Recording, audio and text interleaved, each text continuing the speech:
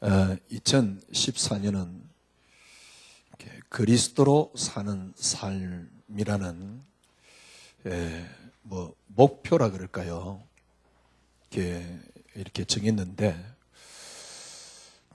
그게 목표가 따로 되어서는 안 되겠지요.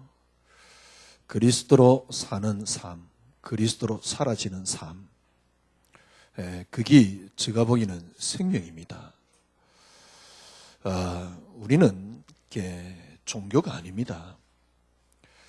어떤 예배의 형태를 이렇게 갖추고 있습니다만, 어떤 면에서는 예배의 형태를 너무 이렇게 갖추는 것도 제가 보기에는 그렇게 좋은 건 아닐 수도 있겠다.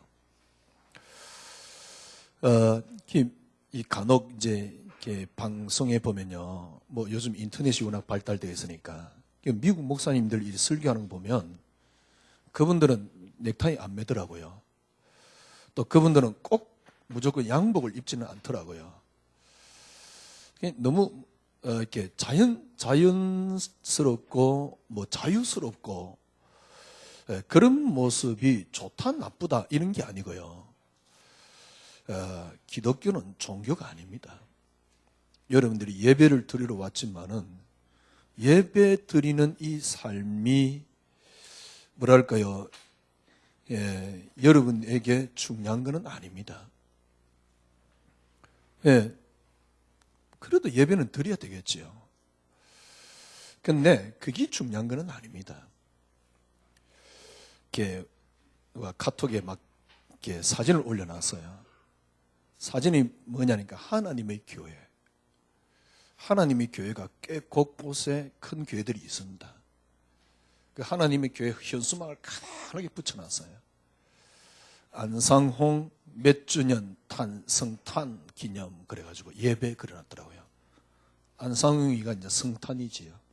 성탄 예배를 그려놨더라고요. 그 사람들도 지금 이 시간에 똑같이 예배를 드리고 있습니다. 근데 여러분, 그 사람들 예배 드리는 거 한번 봤습니까?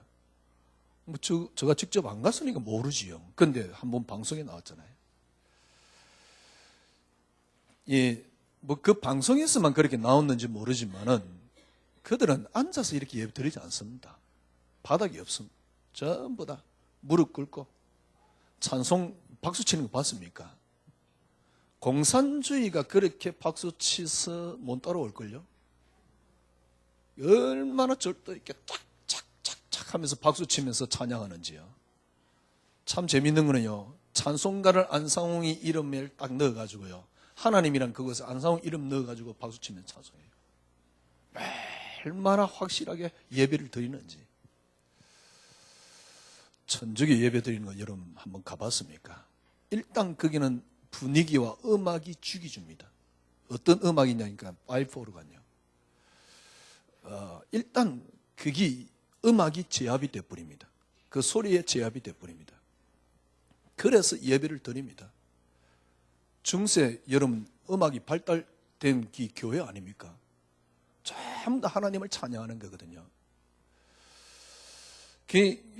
처음에 우리 종교개혁 했을 때 파이프 오르간, 그러니까 예를 들면 교회에서 오르간 서는 거는 그 마귀가 하는 것이다, 이런 정도로 나왔어요. 예배의 모습이 얼마나 거룩합니까? 근데 좀 큰 교회는 웅장하니까 그런 걸 그렇게 하겠습니다만은, 큰 교회도 마찬가지겠죠. 개개인의 그 성도들이 예배 드리는 모습을 보면 과연 이게 이단이 따라갈 수 있겠는가? 이단에 따라갈 수 있겠는가? 우리가 어떤 형태를 갖추어서 저 이단들을 전도를 하고 이단들을 넘어서는 것은 제가 보기엔요, 그건 일단 성경적 방법도 아닙니다. 그건 하나님이 어떤 면에서 원하는 게 아닙니다. 만약에 우리가 이단을 전도를 한다거나 아니면 다른 타 종교와 우리가 비교를 하면서요, 왜? 모든 종교가 예배 드리는 형태가 있거든요.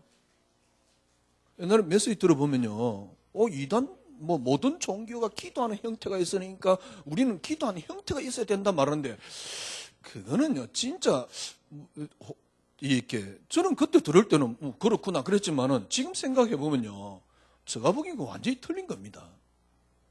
왜냐하니까 우리는 어떤 예배의 형태, 웅장한 모습으로 우리가 예배를 드리는 그것이 중요한 게 아닙니다. 그것 가지고 다 종교를 이길 수는 없습니다. 그것 가지고 세계를 변화시킬 수는 없습니다. 세계를 변화시키는 건 뭐냐? 우리는 생명입니다. 다 종교의 형태, 웅장한 모습, 아니면 천주교의 그 웅장한 모습, 천주교가 뭐 무조건 틀렸다 그런 말이 아니고요. 그러면 여러분 통일교는 어떻게 했습니까? 통일교 가서 저는 예배 안 드려봤습니다만 제가 보기에는 헐 웅장할 겁니다. 하나님의 교회 안상홍이 예배 드리는 것은 더 제가 보기에는 확실할 겁니다. 이단일수록 예배 드리는 게 더 확실합니다. 어마어마한 음악을 놓고 이렇게 예배를 드린다. 굉장히 중요하지요. 어떤 면에서 우리가 일주일에 한 번 예배를 드리면서요, 그런 하나님 앞에 예배 드리는 어떤 모습을 갖추는 게 굉장히 중요합니다. 그러나 하나님 앞에 예배 드리는 그 모습이, 그 웅장함이 자칫 잘못하면 제가 보기엔요, 생명을 약화시킬 가능성도 있습니다. 자칫 잘못하면. 우리는 그 웅장한 모습으로 한번 예배 드리는 그런 형태의 삶이 아닙니다. 그리고 그런 삶 가지고는 우리가 예배를 잘 드리고 그래 가지고는 세계를 이길 수가 없어요. 세계를 정복할 수 없어요. 하나님 방법은 그게 아닙니다. 주님이 우리와 함께 살고 계십니다. 주님이 우리와 함께 계시는 사는 생명입니다. 이 생명을 우리는 삶 속에서 또 일주일에 한 번 주님 앞에 나와서 그 예배를 통해서 누리는 것이지, 이전엔 저도 그랬다니까요. 예배 한 번 빠지면 하나님이 와가지고 이단 옆차기로 차고 율법 비슷하게, 그래서 각 교회마다 예배를 굉장히 강조하잖아요. 예배 강조할 수밖에 없지요. 세상 말로 많이 와야지 그게 목사님의 근이요, 목사님의 명예요, 목사님의 밥줄이니까. 그렇잖아요. 많이 와야지. 그러나 그런 예배 형태 가지고 또 아니면 우리가 그러니까 말씀을 붙잡고, 맞습니다. 붙잡아야 되겠죠. 왜? 그건 살아있는 하나님의 말씀이기 때문에. 그러나 말씀을 붙잡는 형태로 빠지면 큰일 나요. 그래가지고 이단을 이길 수 있다고 생각합니까? 그래가지고 모슬렘을 이길 수 있다고 생각합니까? 제가 말씀드렸잖아요. 모슬렘 텔레반 아이들이 14시간 동안 코란을 읽는데요. TV에 나왔잖아요. 딱 무릎 꿇고 계속 몸을 흔들면서 14시간 동안 코란을 읽어요. 얼마만큼 기도의 형태를 갖추고 얼마만큼 말씀을 붙잡아야 그 아이들을 따라갈 수 있다고 생각합니까? 걔들은 기회만 생기면 폭탄 테러에 자기 생을 거는 겁니다. 말씀 붙잡고 폭탄 테러에 생명이 걸릴 줄 압니까? 그러니까 우리가 그런 형태를 갖춰서 우리가 뭘 이기고 그걸 넘어서고 그러려고 하는데, 그거는요, 깊이 따지면 자기 속에 계속 빠뜨리는 방법이에요. 기독교는 그런 게 아닙니다. 바울이 말한 대로 아무 힘이 없어요. 주님, 바울이 뭐라 그랬습니까? 우리의 부르심을 보라. 없는 자들을 부르시고, 그래서 있는 자들을 부끄럽게 하고. 옛날에 우리 이 메시지 들으면 나는 없지만은 이제 하나님이 있는 자들을 부끄럽게 하겠구나, 이런 이야기가 아니잖아요. 워낙 복 좋아해가지고 그러다 다 또 뒤따 갖다 붙여놨는데 그런 이야기가 아니에요. 아무것도 없지만은, 사실은 배우지도 못했지만은 뭐가 있습니까? 우리 속에 그리스도의 생명이 있는 겁니다. 그 생명이, 그거는 단순한 생명이 아닙니다. 그거는 모든 것을 넘어서고 모든 걸 가질 수 있는, 어떻게 표현해야 될까요? 가는 곳곳마다 모든 걸 다 살려버리는 그 생명을 말하는 겁니다. 예배의 형태로 우리가 예배를 많이 드리고 기도를 많이 해서가 아닙니다. 내 속에 살아계신 하나님의 생명입니다. 내 속에 살아계신 그리스도의 생명입니다. 내 속에 살아계신 그리스도의 생명이 여러분과 저희 삶을 이끄는 것이고요. 그래서 우리는 그 생명을 가지고 주님 앞에 가는 겁니다. 그래서 우리는 죽는 게 아닙니다. 그 생명의 연장입니다. 우리의 죽음은 죽는 게 아닙니다. 생명의 연장입니다. 그 영원한 생명 속에 들어가는 겁니다. 그 생명 속에 들어가는 것은 생명 속에 들어가는 게 아니고 그리스도의 어마어마한 영광 속에 들어가는 게 우리 성도의 죽음입니다. 그래서 정말 성도의 죽음은요, 박수 쳐줘야 될 일이지요. 왜? 영원한 하나님의 영광 속에 들어가는 거니까. 그런데 자칫 잘못하면 자꾸 예배의 형태로, 형식에, 틀에, 그 다음에 어떤 모양에 자꾸 가둬놓으니까 생명이 살지를 못해요. 내가 가두는 만큼 생명은 약화될 가능성이 있습니다. 내가 가두는 만큼 생명은 소외될 가능성이 있습니다. 소외된단 말은 적어질 가능성이 있단 말이에요. 왜소될 가능성이 있습니다. 예배를 우리는 드려야 되지만은 제가 말씀드렸듯이 제가 얼마나 이런 이야기 하면 안 되는데 이 생각이 자꾸 나와요. 얼마나 할지는 모르지만 저는 우리 교인들이 설교가 필요 없어야 됩니다. 삶 속에서 풍성하게 그리스도의 생명을 누리다가 진짜 주일날은 은혜 받으러 오는 게 아니에요. 일주일 동안 찌들려가지고 고통스럽다가 메시지 한 번 듣고 힘내고, 근데 그 메시지 들어봤자 자기에게 맞춘 건데, 그죠? 그러니까 현장에 전혀 힘없는 크리스찬으로 교회 오면 교회 와가지고 자기 이익과 목적을 먼저 앞세우는 크리스찬으로. 그래가 이단들은요, 생명 걸고 힘을 합치는데 기독교는 절대 힘 안 합쳐져요. 모르겠어요. 제가 잘못 봤는지 모르지만은 저도 태어나서 우리 어머니 손잡고 교회 다닌 인간 아니에요. 교회가 뭔 힘이 있다고 생각합니까? 그래가지고 우리가 전도하러 다닌다고요. 진짜 지식인들이 보면요, 매력 없어요. 여러분, 제가 보기에는 한번 읽어봐야 될 책이에요. 해민스님이 쓴 글요. 어제도 읽어봤는데, 이야, 진짜 세상 말로 주옥 같아요. 교회 오래 다닌 목사가 그런 생각이 안 나온단 말은 진짜 뭐랄까요? 교회 목회를 몇십 년 한 목사에게서 그 정도의 어떤 여유로움과 삶이 안 나온다 그러면 칼 먹고 죽어야지. 뭘 믿은 건데? 그러니까 자꾸 기독교 하나의 종교밖에는 안 되는 거예요. 우리는 생명입니다. 지금부터 여러분들이 뭘 하려고도 하지 마세요. 여러분 속에 있는 풍성한 생명, 그리스도. 그것이 여러분에게 생명으로 계속 찾아오도록 만들면 돼요. 그 생명의 생수의 강을 여러분이 계속 마시면 됩니다. 그 생명을 계속 여러분들 누리면 됩니다. 교회를 오느냐 안 오느냐가 중요한 게 아닙니다. 솔직히 몇 명 앉아있으면 설교할 마음도 안 나는 거이 뭡니까? 인간이지만은, 그죠? 우리는 그런 종교가 아닙니다. 우리가 어떻게 형세를 갖추고 뭡니까? 많이 모이고 숫자가 많이 모이고 뭡니까? 많이 기도하고 그래가지고 어떻게 이단을 이기고 세계를 살린다라고 생각합니까? 이단도 못 이겨요. 세계를 살리기는커녕. 그죠? 우리는 우리 속에 계신 그리스도의 생명. 그거는 모든 걸 넘어서고 모든 걸 수용할 수 있는 모든 것이 그 그리스도가 들어가는 곳곳마다 모든 것이 다 살아나는 생명. 이 그리스도.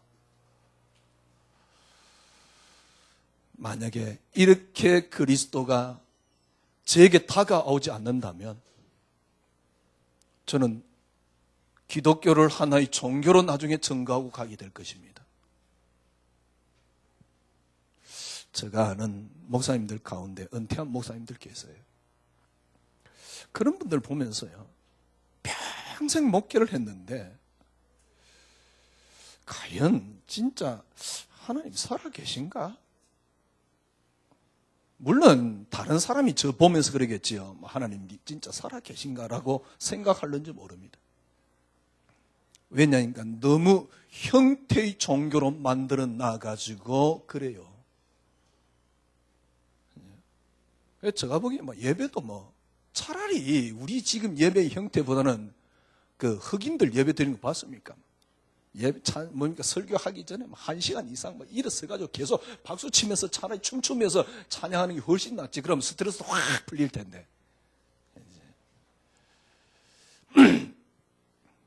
2014년이 아닙니다.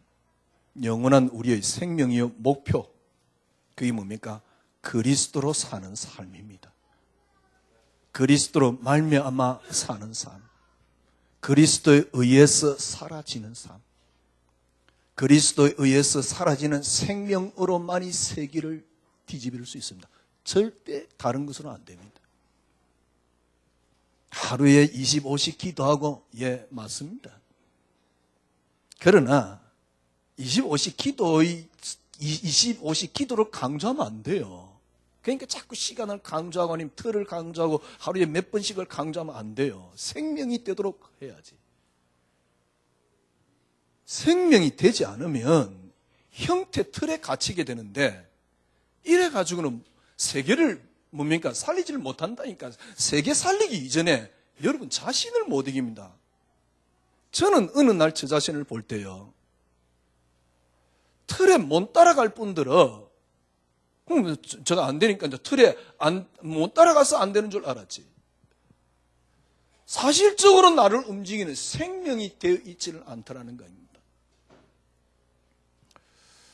그래서 어떤 면에서는요, 일단 저 자신부터 지금 개혁을 하고 있는 겁니다. 제가 많은 고민을 했어요. 제가 말하는 게 정말 맞느냐. 때론 제가 많은 갈등을 했습니다. 제가 정말 말하는 게 맞느냐. 제가 말하고 난 뒤에도 또 많은 사람들이 의심도 하고요. 근데 제가 갈등할 때마다 하나님이 책을 한 권씩 만나게 했어요. 그리고 마지막 제가 만난 책이 여러분이 다 소개하셨잖아요. 지저스 올이라는 책이에요. 근데 그 책은 너무 감사한 거는요, 그 책을 통해서 제가 다른 어떤 마이클 호튼 목사님이라든가 이런 책들을 보게 된대요. 많은 사람들이 처음부터 진짜 복음을 이야기하는 사람들이 너무 많더라고요. 그런데 우리가 복음에 자꾸 빗나가고 있는 거죠. 복음에 빗나간 게 네가 틀렸다 말았다 이런 게 아닙니다. 인간은 복음에 빗나갈 수밖에 없습니다. 그래서 끊임없이 우리는 그리스도로 회복해야 됩니다. 그래서 제가 보기에는 강단에서 그리스도 외에 다른 어떤 행위를 강조하는 것은 제가 보기에는요, 독이라고 보는 겁니다. 왜? 그 강조되는 만큼 그리스도는 약하게끔 되어 있어요. 독 마시는 것과 같다라는 생각이 들어요. 그래서 제가 말씀드렸잖아요. 제가 설교하면서요, 제일 어려운 게 뭐냐니까 결론입니다. 결론은 뭘 해야 되는데, 이전부터 늘 해왔던 결론이 뭐냐니까 뭘 하라는 건데, 이번 주 한 주간 이것 붙잡고 뭘 하십시오라는 것이었는데 할 말이 없어요. 결론이 필요가 없는 거 있죠. 왜? 그리스도로 생명으로 살아야 되니까. 결론을 내려주는 게 그게 틀린 거거든. 왜? 한 주간 생명으로 살면 되니까. 교회가 보잘것없고 아니면 큰 교도 마찬가지죠. 우리가 그런 것 가지고 세계를 살리는 게 아닙니다. 여러분 속에, 내 속에 살아계신 그리스도. 이 그리스도의 바울이 뭐라고 표현을 했냐니까 1장 1절에 보면 예수 그리스도의 종 바울은, 예수 그리스도의 종, 그리스도가 어떤 분임을 발견되었기 때문에, 어떤 분으로 발견되었기에 바울은 그분의 종이 되었을까요? 예수님이 바울 보고 야 네가 이제는 나의 종으로 따라다녀라 그런 적 없습니다.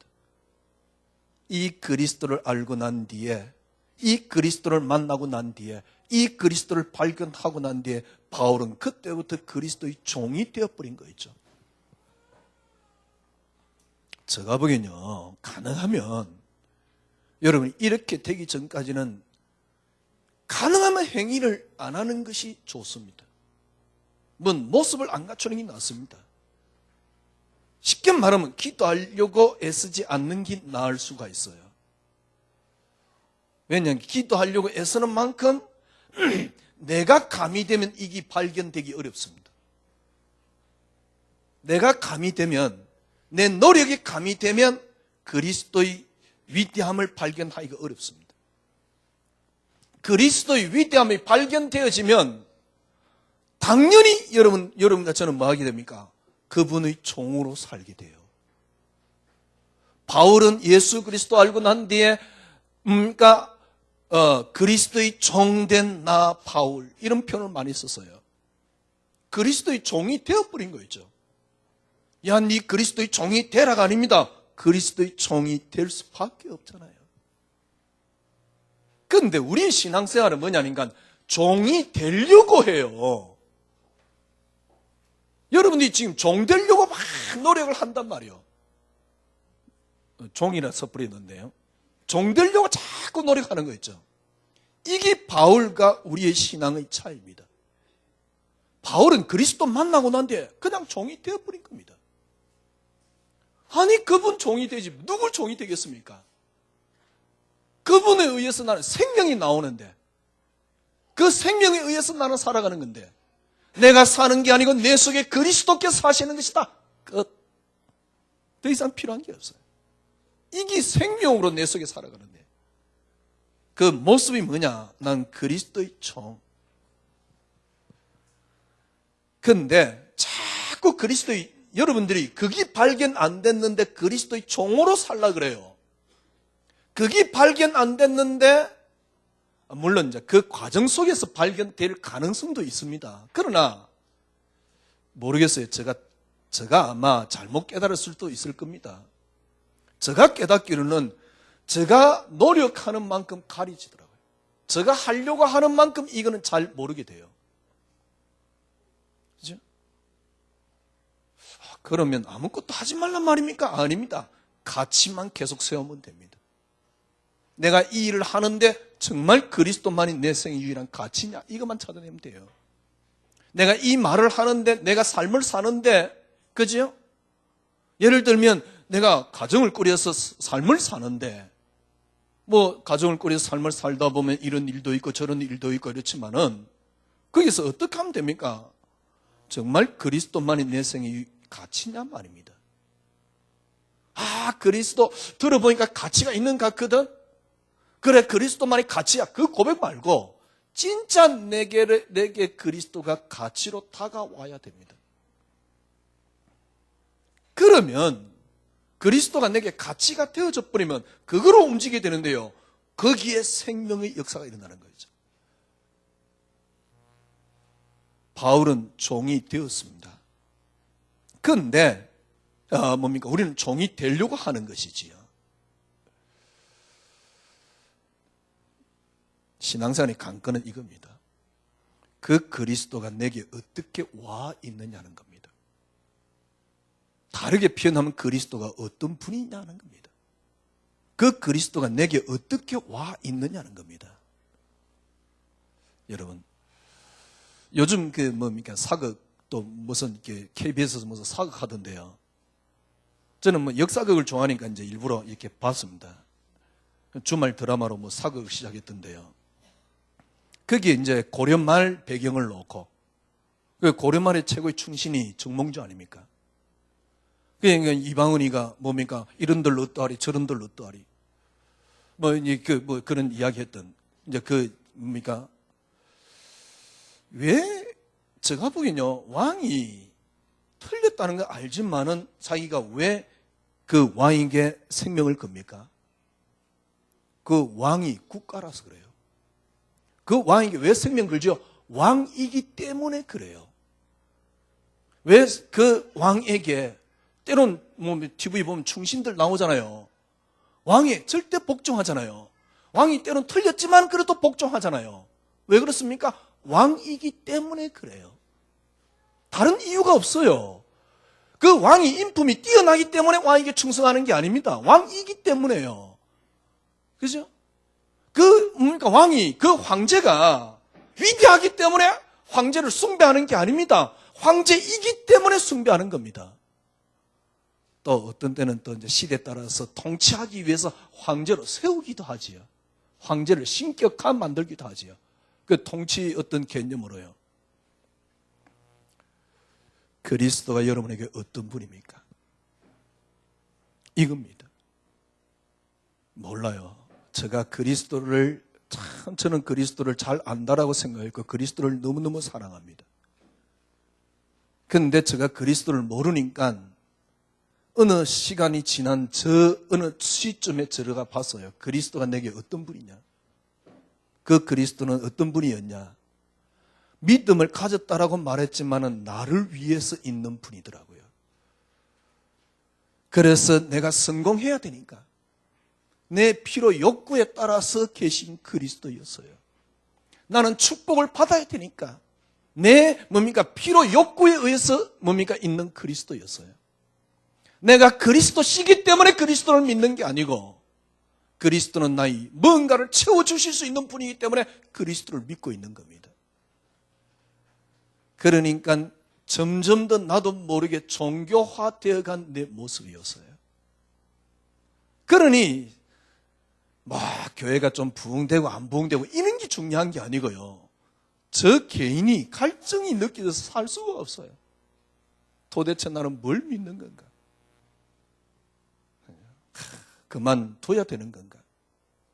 그만두고 안 두고 떠나서 내 인생에 내 유일하게 내 신앙을 가지고 내 생을 바친 그리스도. 그런데 이분이 내게 생명으로 움직이지를 못하니까.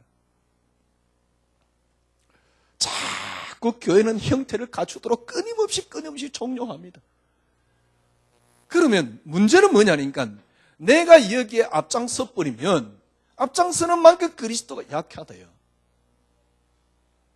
조금 시간 지나면 무슨 말인가 알게 될 겁니다. 정말 이 그리스도가 내게 어떤 분이냐는 겁니다. 그래서 바울은 먼저 그리스도가 어떤 분인가를 먼저 소개하고 있습니다. 1장 2절에 보니까요, 이 복음은 하나님의 선지자들을 통하여 그의 아들에 관하여 성경에 미리 약속하신 것이다. 선지자들을 통해서 이 아들에 대하여 끊임없이 약속을 주었지 않느냐. 1부 때도 말씀드렸듯이 이제서 성경에요, 이제서라는 단어는 좀 이상하지만 하여튼 간에 정말 그리스도라는 단어를 제가 조금 알고 난 뒤에 성경의 파노라마가 쫙 보이는 거죠. 이전엔 제가 그래 생각했어요.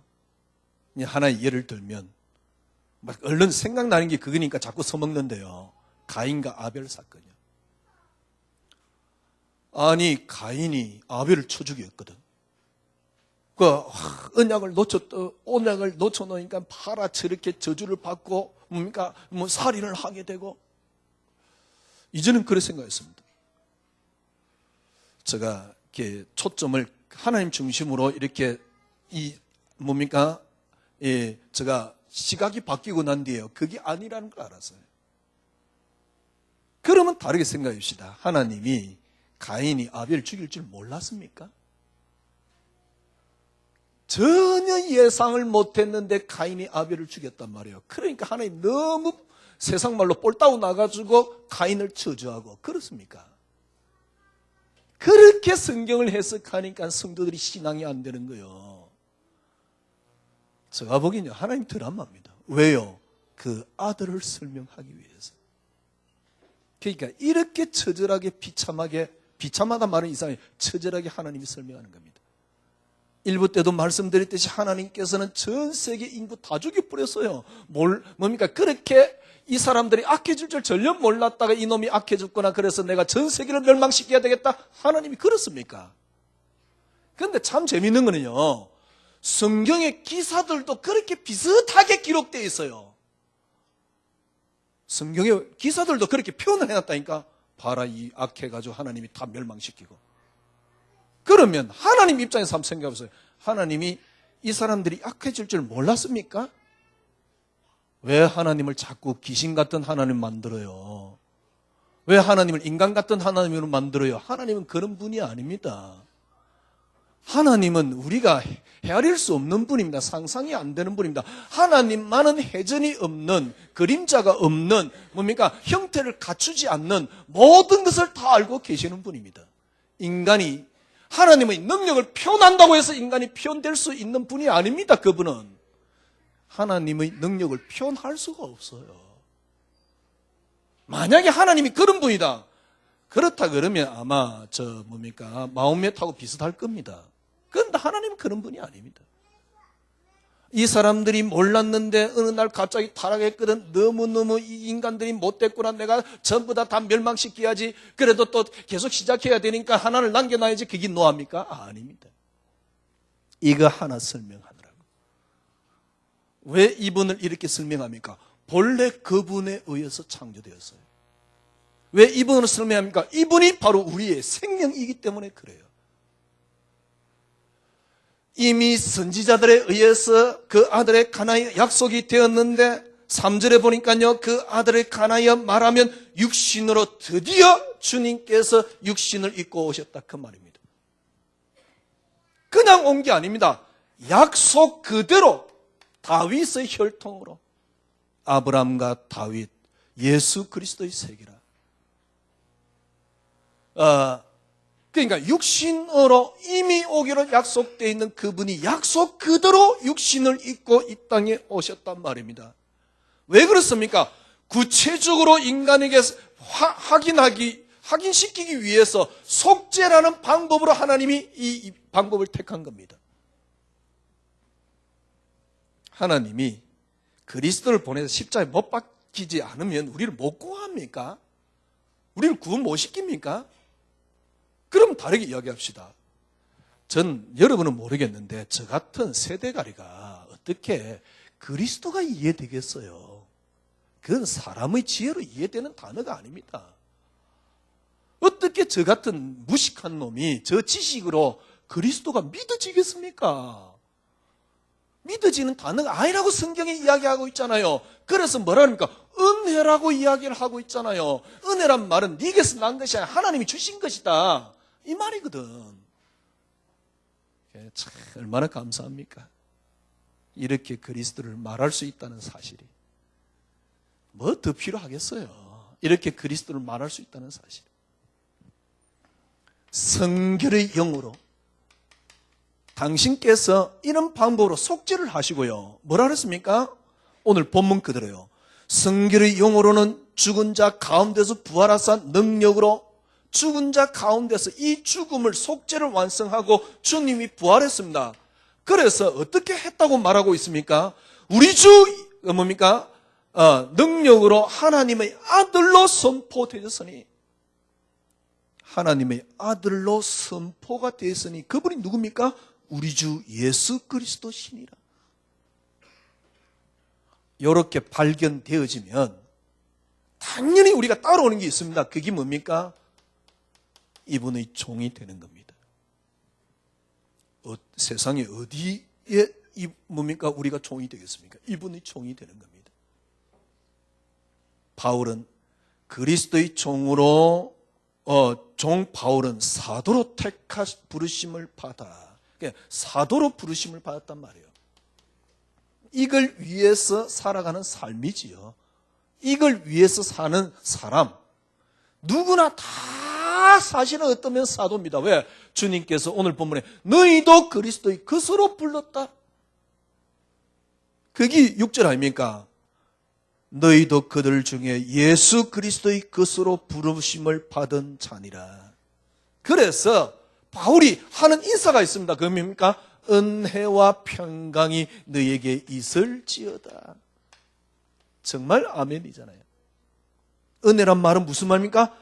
아무 가치가 없지만 베풀어 주신 하나님의 은혜. 거기에 따라서 나오는 결과, 하나님의 평강. 정말 그리스도가 위대합니까?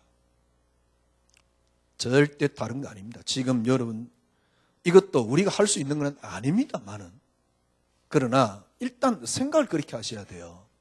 내가 뭘 하겠다가 아닙니다. 해도 가치 없습니다. 그건 쓰레기입니다. 왜? 내 동기를 가지고 하는 것이기 때문에요.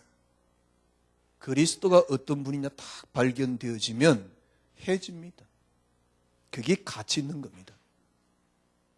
그래서 이 그리스도가 내게 어떤 분으로 와 있느냐 이겁니다. 정말 이분이 내게 그리스도가 맞습니까? 이 그리스도가 어떻게 와 있느냐 이 말입니다. 신앙생활이 뭡니까? 이 그리스도가 발견되어지면 나도 모르게 그 그리스도께 굴복됩니다. 이게 종입니다. 그 그리스도께 나도 모르게 굴복이 되어집니다. 그냥 분이 아니잖아요. 하나님이 이 땅을 창조하셔야 되는데 하나님은 이 땅을 창조하시는 분이 아닙니다.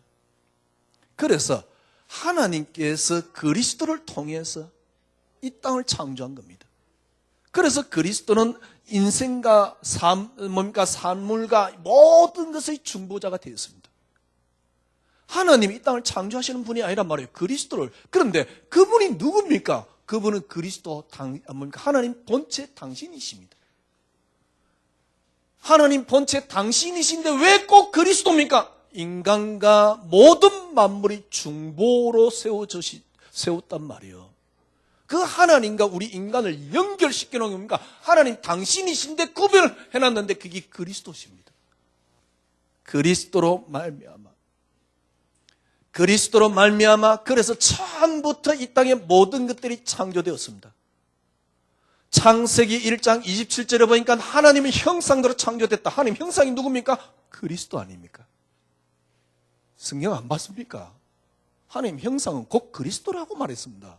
하나님 형상대로 우리 인간을 창조했습니다.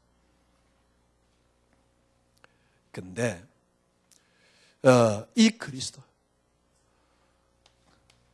여러분과 제가 잘 아는 게 있습니다. 뭘 아느냐니까 많이 들어서 잘 알지요. 그리고 또 하나님께서 우리에게 인지를 시켜준 겁니다. 어떻게 인지시켰냐니까 그리스도만이 최고의 가치 있다는 사실. 바울이 빌립보서 3장 7절에서 21절까지 뭐라 그랬습니까? 내가 그리스도 알고 난 뒤에 내가 가지고 있는 모든 것들을 배설물로 여긴다. 해로 여긴다. 왜? 그리스도가 최고이기 때문에. 그리스도의 최고의 뭡니까? 가치. 이걸 여러분과 저는 알고 있습니다. 이 땅의 모든 것은 되었느냐 안 되었냐는 성경에 분명히 기록되어 있습니다. 골로새서 1장 16절에 보니까 뭐라고 표현되어 있습니까? 그리스도를 위하여입니다. 그래서 그리스도만이 기준입니다. 이거는 여러분과 제가 잘 아는 사실입니다. 이 그리스도에 의해서 여러분의 쉽게 말하면 생각이 나오면 돼요. 그런데 이 그리스도에 의해서 여러분 생각이 나오면 되는데 방해되는 게 뭐냐니까 여러분의 경험입니다. 이 그리스도에 의해서 생각이 나오면 되는데 그게 여러분에게 방해되는 게 여러분 지식입니다. 여러분의 경험, 또 어떤 면에서 여러분의 이성, 여러분의 의지 이겁니다. 그래서 제가 지금 하고 있는 작업이 뭐냐면 이것마저도 그리스도 앞에 내려놔란 말이에요. 그러면 그때서 그리스도가 희미하게 조금씩 여러분에게 다가와요. 그 이전에는 여러분에게 가려서 그리스도가 안 보여요. 이것마저도. 그래서 저는 잘 압니다. 그리스도만이 위대하다. 그리스도만이 모든 것이다. 그래서 나는 내 모든 것을 그리스도께 나는 굴복되는 것이다. 그리스도께 굴복되면 하는 게 아니고 되어지는 신앙이 나옵니다. 되어지도록 만드는 역할을 하는 게 목사입니다. 되어지는 신앙이 나옵니다. 물론 역할은 하나님이 하시는 것이지만 여러분 이렇게 돼야만이 예수 그분을 그리스도라고 말할 수 있습니다. 이해됩니까? 이렇게 돼야지만 예수 그분을 그리스도라고 말할 수 있습니다. 이래 돼야만이 여러분과 저에게는 생명으로 와 닿는 겁니다. 어느 날 저는 저를 보면서요, 제가 일부 때도 말씀드렸듯이 저는 염려가 생기면서 교인들 보고 염려하지 말라 그래요. 교회 그런 천하의 사기꾼이 어디 있습니까? 그런데 뻔뻔스럽게 나는 안 되지만 니네들은 돼야지 그러면서 이야기를 하는 겁니다. 나는 뭡니까? 학교 그러면서 너 보고 너는 왜 학교라 그러냐? 학교라 그래야지 라고 말하는 건 똑같아요. 나는 안 되면서 우리 교인들 보고는 염려하지 마는 신앙이 되십시오 늘 그러는 겁니다. 왜 나는 안 될까? 생각해 보십시오. 제가 평생 예수를 믿었고 복음 운동한다고 20년을 쫓아온 제가 어느 날 염려 안 하려고 발버둥 치는데 언제까지 안 할 수 있을까를 제가 저를 봤을 때요 간뚜껑 닫을까지 불가능하더라고요. 이게 무슨 신앙인지. 그냥 자꾸 이제 힘든 거예요. 제가요 기독교 이거 진짜 진리 맞냐? 진짜 그때는 그까지 제가 들어갔다니까요. 물론 좀 근본적인 것은 좀 다르겠지만은 이거 진리 맞냐? 근데 왜 제가 이 이야기를 하느냐니까 이 신앙에 가장 방해되는 게 결국 저는 저 자신임을 발견했어요. 나라는 걸 발견했습니다. 그래서 믿음이 안 자란다는 사실을 알았어요. 내 행위였습니다. 내 경험이었습니다. 내가 하려고 하는 것이었습니다. 그래서 나를 완전히 내려놓기로 했습니다.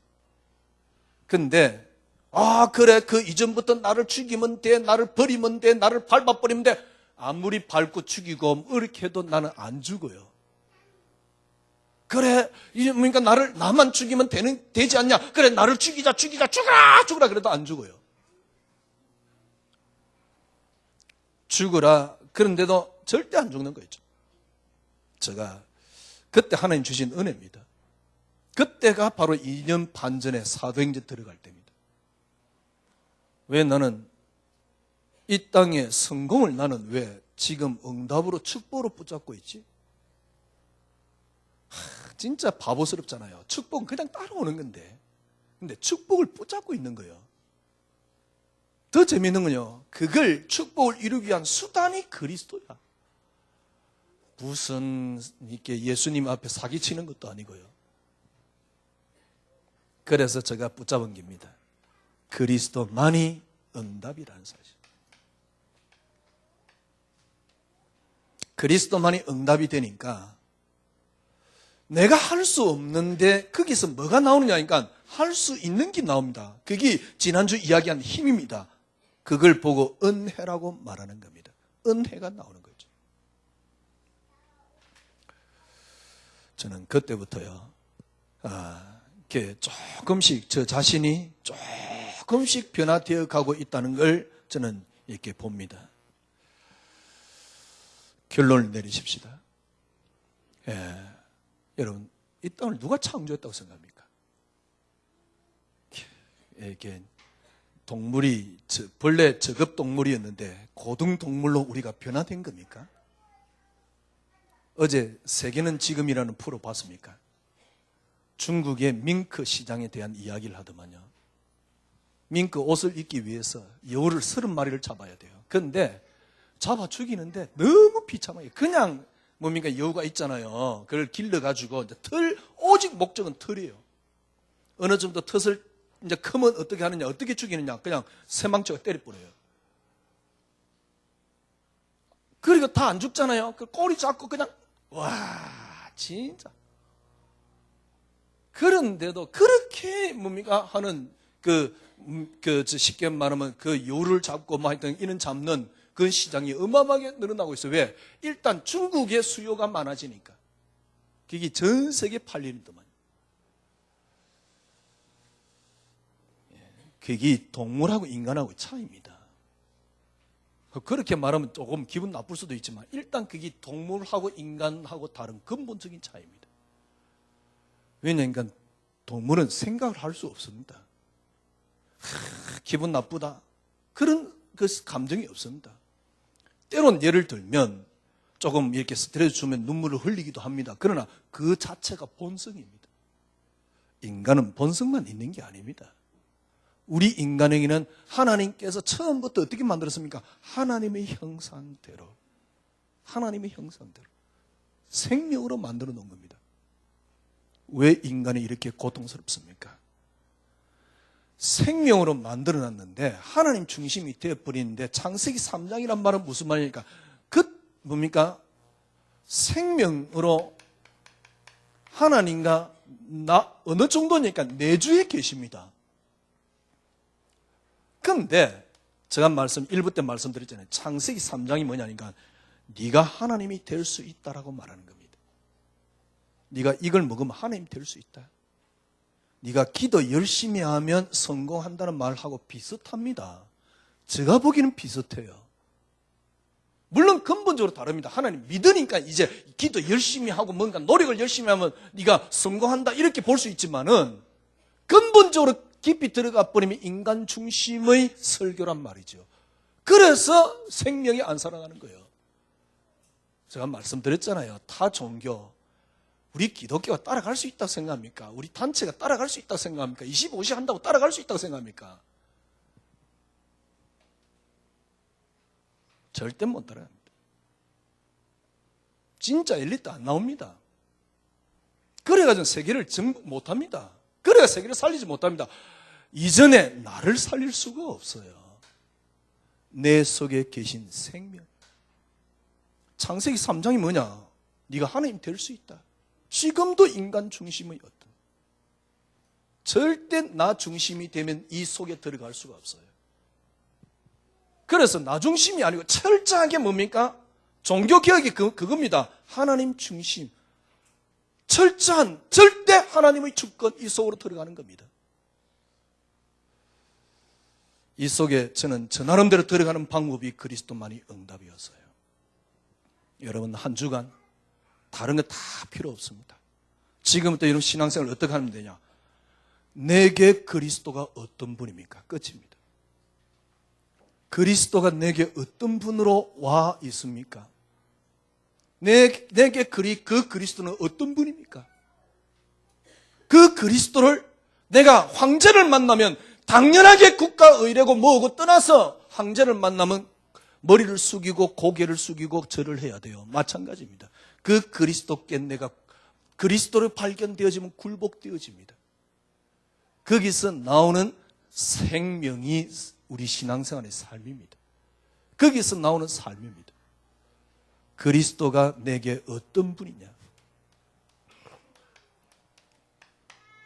한 주간 깊이 확인해 보세요. 입으로는 떠듭니다. 만왕의 왕이여 만주의 주여. 정말 만왕의 왕 맞습니까? 정말 만주의 주 맞습니까? 도마가 어느 날 깨달았잖아요. 나의 주, 나의 하나님. 거기에 완전 굴복이 돼야 됩니다. 고백이 아니고요. 나의 주, 나의 하나님. 만왕의 왕 되시고 만주의 주 되신 그분. 모든 것의 근원이요. 그분에 의해서 모든 게 움직이는 그 그리스도가 어떤 분입니까? 이 그리스도가 어떤 분입니까? 여기에 내가 굴복되어져야 됩니다. 당해질 수밖에 없는 그리스도. 그게 신앙생활입니다. 이건 생명입니다. 모든 걸 다 살리는 유일한 길입니다. 정말 참 행복한 축복 속에 여러분과 제가 와 있는 거예요. 이번 주 한 주간은 내가 굴복되어지는 그리스도, 확인되어지는 최고의 축복의 한 주간이 되기를 주님의 이름으로 축원합니다. 주님 감사합니다. 당신을 고백할 수 있다는 게 얼마나 감사한지, 주님의 이름을 부를 수 있다는 게 얼마나 감사한지, 이 시간에 주님 앞에 내 마음과 생각과 내 행위 모든 것들을 내려놓습니다. 왜냐하니까 당신은 주님이시기 때문에, 당신은 그리스도시기 때문에 나의 모든 것을 내려놓습니다. 주여 이 시간에 우리의 주인으로, 우리의 주로 오시옵소서. 그 주님을 경배하는 우리의 삶이 되어지게 하여 주시옵소서. 예수 그리스도 이름으로 기도드리옵나이다. 아멘. 314장 찬송.